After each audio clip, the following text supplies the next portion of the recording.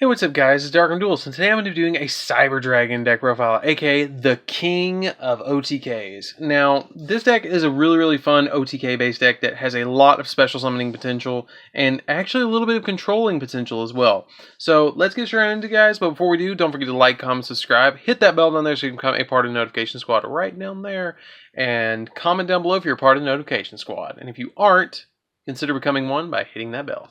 So let's get straight into this, guys, and see what I'm playing.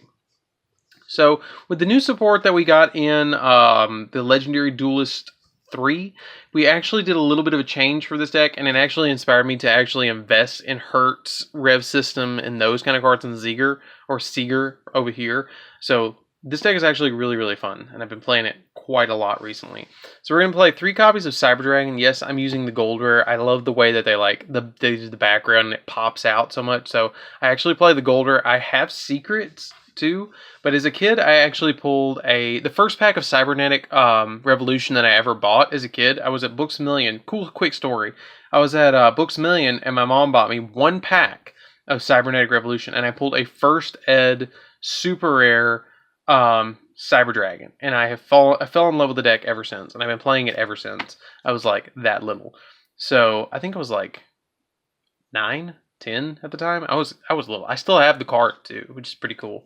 So then I have 3 copies of Galaxy Soldier in here too. You need Galaxy Soldier so you can spam out level 5s. Basically, you send one other light monster from your hand to the grave. And then if you do special summon this card from your hand, then you get to search an additional Galaxy monster from your deck to your hand. Then I play 2 copies of Veer. Cyber Dragon Veer is pretty good, actually. It's kind of like Kage to Kage in a way.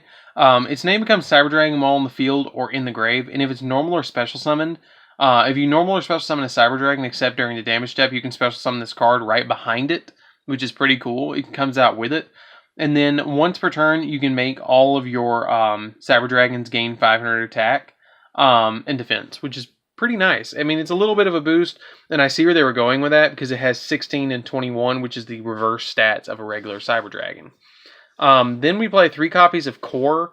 Cyber Dragon Core is basically the searcher of the deck. When it's normal summoned, you can add a Cyber Speller Trap from your deck to your hand. And then if it's in your graveyard, you can banish it from the grave to special summon the Cyber Dragon monster from your deck, which is pretty good. It also combos very well with Hertz, because Cyber Dragon Hertz is a Cyber Dragon monster, and then you can activate its effect when it hits the field, which is nice. But you have to control no monsters to activate and resolve that effect. Then speaking of Hertz, we play 3 copies of Cyber Dragon Hertz, which is the new one that came out in Cybernetic Horizon. It has 2 effects, and it becomes Cyber Dragon while in the field in the graveyard. So does Core.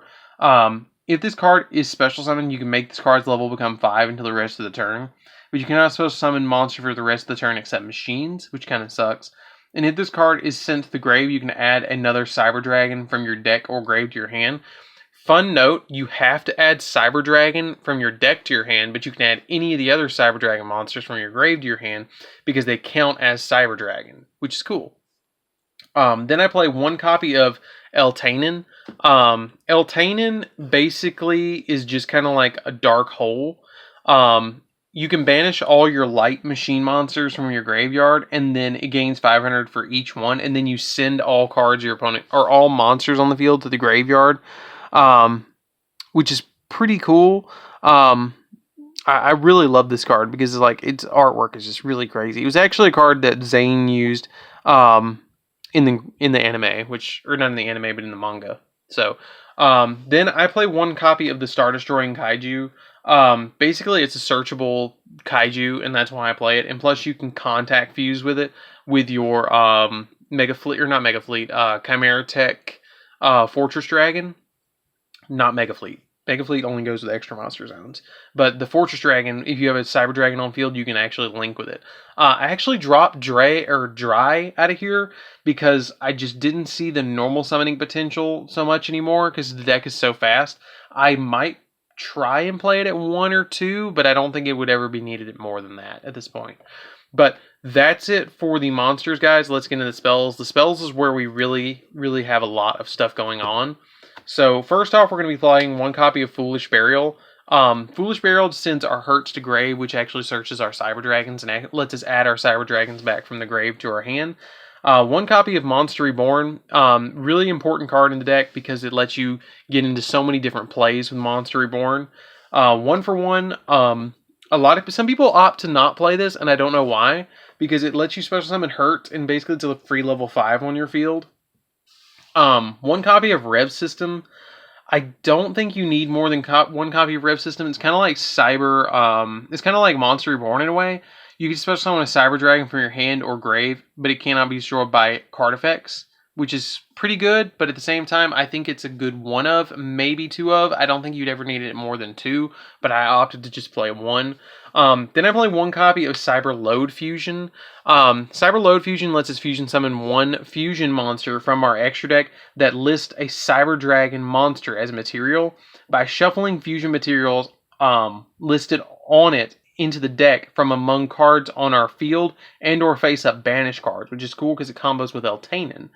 But monsters you control cannot attack for the rest of the turn. The thing about this is you can kind of use it like a trap with Rampage Dragon. You can actually set this and flip it on your opponent's turn, and if they board wiped you and you've already summoned Eltanen, you can flip it and then get a Rampage Dragon, pop 2 of their back row, and then go from there. So that's why I play 1 copy of Load Fusion. Then I play 1 copy of Super Polymerization because it's, a fusion deck. Why not? 2 copies of Instant Fusion because we need to get out level 5s as quickly as possible to make Infinity and Novas and stuff like that. Then I play 2 copies of Cyber Repair Plant. It's a 2 of at this point because it's kind of dead if you draw it right at the beginning of the game. Because you have to have a Cyber Dragon in your graveyard to activate and resolve it. It lets you add a Light Machine monster, yes, but at the same time, it's good and it's bad. It's a double-edged sword to me because, if you don't have that Light Machine monster in your grave, it's kind of dead. So then I play 2 copies of Limiter Removal. You need the Limiter Removal because it can help you OTK your opponent really fast. And you can activate it during the damage step and just look at your opponent and be like, what are you going to do now? So, really good card. 2 copies of Twin Twister because this deck doesn't like back row. It really doesn't like back row. So we play 2 copies of Twin Twister. 3 copies of Machine Duplication because if you have a Cyber Dragon on your field, you can actually, if you have Hertz or Core on the field, you can activate this and then special summon Cyber Dragons from your deck because they count as Cyber Dragon while on their field, and it says special summon monster with the same name. So, cool little fact. Then I play 3 copies of Overload Fusion because I like Rampage Dragon a lot. So we play 3 copies of Overload Fusion to summon just that. And then I play 3 copies of Cyber Emergency. This card lets us add a light machine monster that cannot be normal summoned or set, or a Cyber Dragon monster from our deck to our hand. But if you activate this, if it's negated by an opponent's card effect and sent to the grave, you can discard a card, add this card to your hand, which is pretty cool. So it lets us recycle it if our opponent negates it, and then you can just, do it again. But that's it for the spells, guys. Let's get into the single trap that I play in this deck. I'm actually kind of playtesting out this trap. I kind of like it, but I kind of don't, because it's a Cyber Dragon deck, and I don't like traps in Cyber Dragon decks, except for Reckless Greed when I played that. I play 1 copy of Cybernetic Overflow.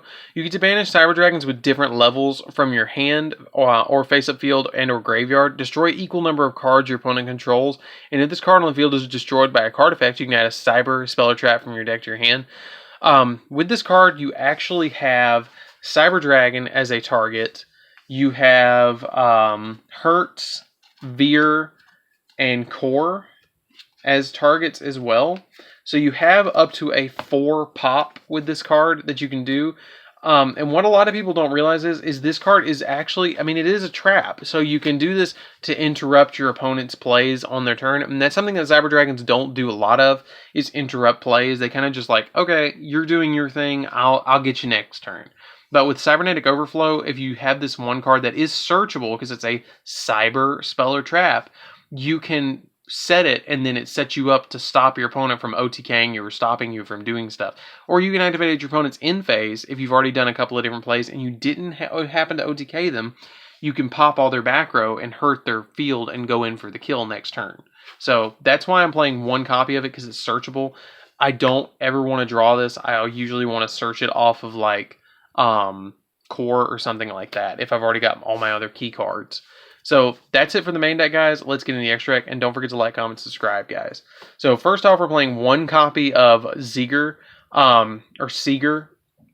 This card, I know a lot of people play 2 of it. I don't feel like it's needed at more than 1, because if you get 1 off, you're not going to summon more than that. You're just going to OTK after that.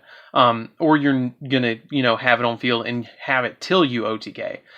This card's name becomes Cyber Dragon while on the field or in the grave, and during either player's battle phase, if this card has not declared an attack, once quick effect, you can target a machine monster your opponent controls with 20, or that you control with 2100 or more attack, and for the rest of this turn, that monster gains 2100 attack and defense. Also, neither player takes any battle damage from attacks involving this card. That's the reason I only play it at 1, is because of that effect right there. If it didn't have that effect, I played it 2 or 3, but because of that, I only played it 1. It's a little defensive, and it just helps you get past certain cards, so that's why I play it that way. Then I play 1 Cleafort Genius because I love the link arrows for it, and that's the main reason I play it, and it combos with machines. And then I play a Summon Sorceress because it lets us special summon additional Cyber Dragons from deck, like Hertz. We play 2 Infinity for the negations, and then we play 2 Novas for the special summons.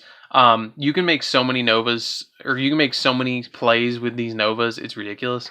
Then I play 1 copy of Pleiades because you can end on a board that has a Summon Sorceress, Pleiades, and an Infinity on board, and you're just like, what are you going to do now? And it's really easy to end with that board too. Then our OTK makers are our Rampage Dragons. You need 2 Rampage Dragons with the Overload fusions. Basically lets you pop spells and traps equal to the number of, let me just read it for you guys. You can target spells and traps on the field up to the number of fusion materials you use for this card, so you're automatically going to pop 2. If you want to pop more, you can put more into it if you want to. And then once per turn, you can send 2 Light Machine monsters from your deck to the grave, and if you do, for each monster sent to the graveyard, this gains an additional attack. So you get up to 3 attacks with this card, which is really, really, really good. Then we play Panzer Dragon, which is an instant fusion target. Mud Dragon, which is our Super Poly target. And then for the last 3 cards, we play a Chimera Tech Fortress Dragon to use for our Cyber Dragons and linking or contact fusing with our opponent's cards. And then to kill a U-Link, we play 3 or 2 copies of Mega Fleet because we have the ability to in this deck. And everything's a Cyber Dragon. All we have to do is normal summon something, and we can rip something out of our opponent's extra monster zone, which is really fun. So anyways, guys, that's it for the deck. I hope you enjoyed this one. I actually really love playing Cyber Dragons. I love the artwork of them. Zane was probably my favorite character of GX, so that's why I love this deck. And probably that little story too about pulling the Cyber Dragon, if you guys heard that story at the beginning of the video. But don't forget to like, comment, subscribe, hit that bell down there so you can become a part of the notification squad, and I'll see you guys in the next one, guys. See you later.